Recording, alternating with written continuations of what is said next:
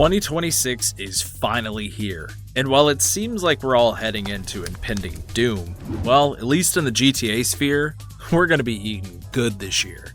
But just before 2025 wrapped up, English Ben released his remaster of the cult classic Total Conversion for GTA 3 with Frosted Winter Remastered. Now, if you've seen my review of the original over on this channel, you know that I was quite critical of it, despite this cozy winter title still getting my recommendation at the end of the day. But with this classic finally getting the touch-up that it rightfully deserved, the question now remains, how does eBen's remaster stack up to the original mod? Well, let's find out. Right from the jump, you can tell that this mod has received a bit of a visual upgrade. From the new intro to the new main menu, and of course, while in game, you're going to notice a lot of updated textures and even an upscaled HUD from the original mod. The camera's also been adjusted to be able to be moved in vehicles now, and aiming feels a little bit better. With these new upscaled textures and some more updates to the city and its snow-laden streets, the city feeling a bit colder and darker this time around, it really feels a lot more like a cozy winter vibe this time around than the original mod, at least in my opinion. And this is definitely something that was in the original mod, but I happen to notice it a lot more with this remaster. There's even a few new side nooks and interior locations that I didn't notice before that make this city feel way more dense than the original, and it's a welcome change. There's even a new clothing store you can get into in Staten Island that has all of the outfits that are unlocked throughout the story. So you can rock whatever fit you think Joey looks best in after you unlock it. And hell, even the sewer system in Portland is still there, although this time around there's only a couple of ways to get in, so that way you're not having to dodge potholes around the city whenever you gotta make a lane change onto the sidewalk. And to the north end of Shoreside Vale, there's an undeveloped part of the city that the locals have labeled as the Ghost Town. And in the original mod, this Ghost Town consisted of some of the original buildings that were found in this part of the map, and a lot of those buildings were unfinished. But now this feels like a completely new area to explore, while still being an undeveloped piece of land that civilization either forgot about or has yet to move into. And it's just another great place to get out and explore. Plus, you'll notice during most missions that you'll no longer be visiting the place every single time. But instead, every mission and their objectives are properly labeled.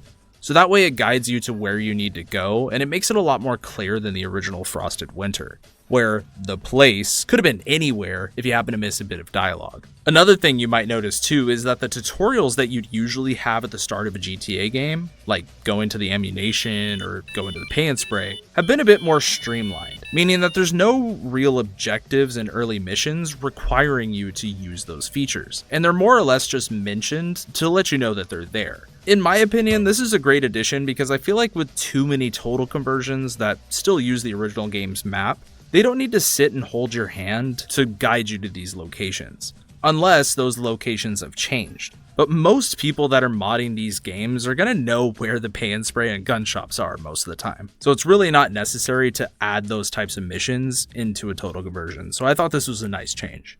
Another one that I appreciated is the addition of a functioning autosave. Just like most other autosave mods, it saves the game right after a mission is completed, as long as you're outside of the vehicle, of course. But Ben included this nice little notification down at the bottom to show whenever the game autosaves, and it just looks so clean. Admittedly, this does make the safe houses a bit useless half the time, but they're still a good spot if you want to put a manual save in or progress the time a little bit further. Now, one of my favorite things about the original mod was some of the audio changes made to the game, like with the new radio stations, the new weapon sounds, and more. Unfortunately though, this mod no longer includes the custom soundtrack with the files. What the fuck? Yeah, I know. But Ben's reason for this was to not have the mod have any sort of risk of takedown due to a DMCA. However, the original mod is still up and available online with those new music tracks and was never really taken down itself. So in my opinion, it could have still been included. But if you just take a few seconds and download the original mod or still have those files laying around, you could just replace the radio station files in your remastered folder. But yeah, it's an easy fix. Those gun sounds from the original mod though, yeah, those are gone, which kind of sucks in my opinion. I feel like those Max Payne gun sounds really added to the winter vibe in a different way.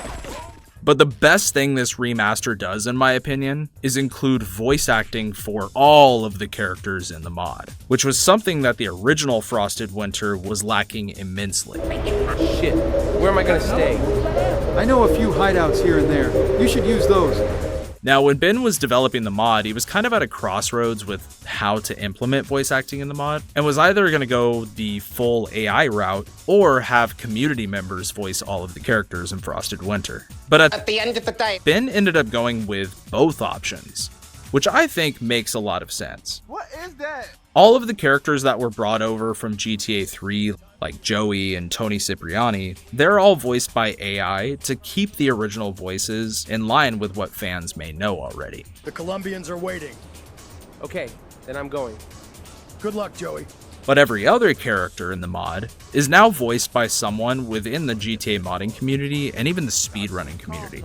So, is there anything I can do for the dam? Well, we're trying to get some police protection from possible terrorist attacks. A few notable voice actors that I can think of off the top of my head are people like KZ Frew, Joey Leone, just in time. Get 'em, boys. Joshy Remember, we Moose, get paid on the condition of the cars. Try not to crash like you usually do.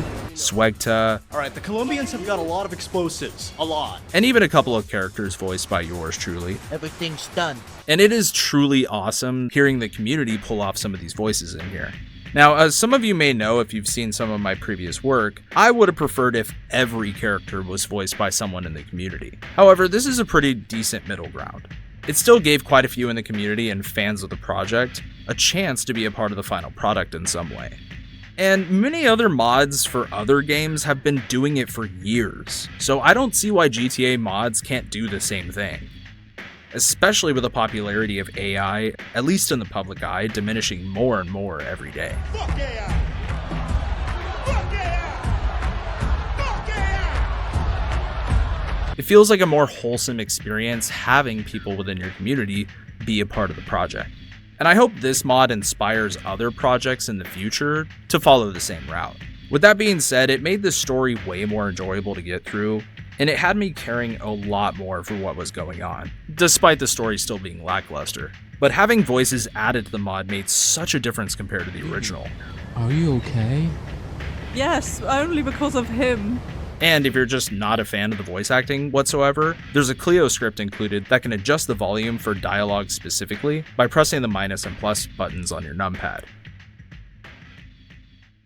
Now, in my original review of the mod, I was quite critical about some of the mission design and bugs that I ran into in my first playthrough. Thankfully, English Ben seems to have eliminated virtually all of the bugs that I encountered in the original, and the game overall feels way more accessible than it did before, both in a good way and a bad way, as we'll get into. Nearly all of the bugs and repeated lines of code within the SCM have been patched up to make things feel a bit more streamlined the entire game. Meaning any sort of spaghetti code that could trigger within a mission to cause the game to crash, they've virtually been wiped out. I have seen some that have reported a couple of bugs that still remain from the original, like with the game crashing when using the tunnels to head into Portland, but I've never personally had that issue this time around. The only time that I've ever experienced a crash was when I went to double check the mission objectives within the briefing page during a mission, and for some reason it just crashed on me. Other than that and some stuttering issues while playing 60 FPS, it was a really smooth experience compared to the original Frosted Winter. And if I were to list every single bug fix this mod makes, this video would be over an hour long. So if you wanted to take an extensive look at what's been fixed up or at least changed, there is a changelog directly on the mod's GitHub page. Plus, the mod just recently released a patch that addresses even more bugs, and hell, even some that I encountered during my playthrough of 1.0. with the release of the 1.1 patch for the mod. Now, when I first saw Ben was working on this remaster, I had just finished up my first playthrough of the original Frosted Winter. And one of my biggest hopes for this remaster would be for the missions to be tightened up and balanced quite a bit, because a ton of the story missions felt either boring, dragged out, or just randomly difficult as shit.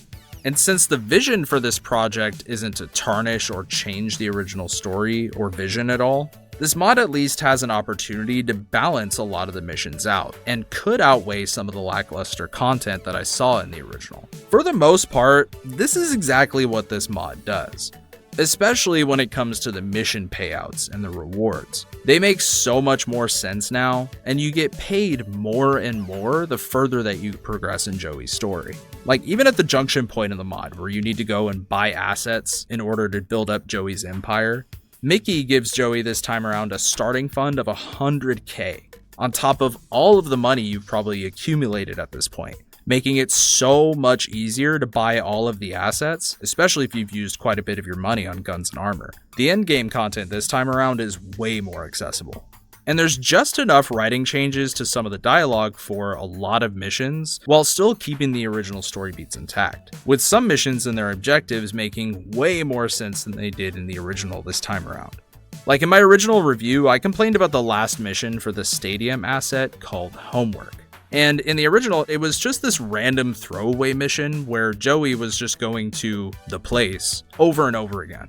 This time around though, he's actually doing work for the stadium, like dropping off some tickets for a few VIPs at the university, checking in on getting proper police detail for the World Series that's going to take place at the stadium. And then we go to the mall downtown to... Hey, I'm Joey.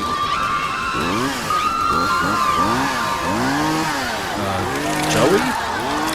Joey, what the fuck are you doing? You don't scare me. Joey!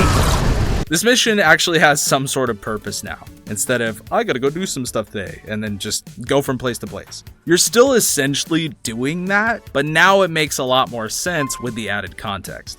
And I noticed too that a lot of missions that had a ton of enemies with high tier weapons in the original, like shotguns, now have their enemies fine-tuned to not be as punishing this time around.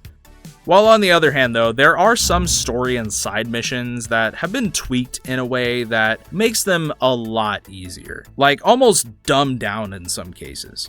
And hell, the only times that I ever really died or failed a mission during my entire playthrough of this remaster was typically due to me making a dumb mistake. Whereas in the original mod, a lot of the missions throughout the entire story were incredibly punishing, and I ended up failing a lot of them because I ran out of time, got killed by enemies, or something along those lines. This time, no, it was a breeze. But it's not the fact that most missions just have their enemy counts nerfed. No, there are some design changes to certain missions that are totally switched up in a way to give you way less challenge than you'd find in the original mod.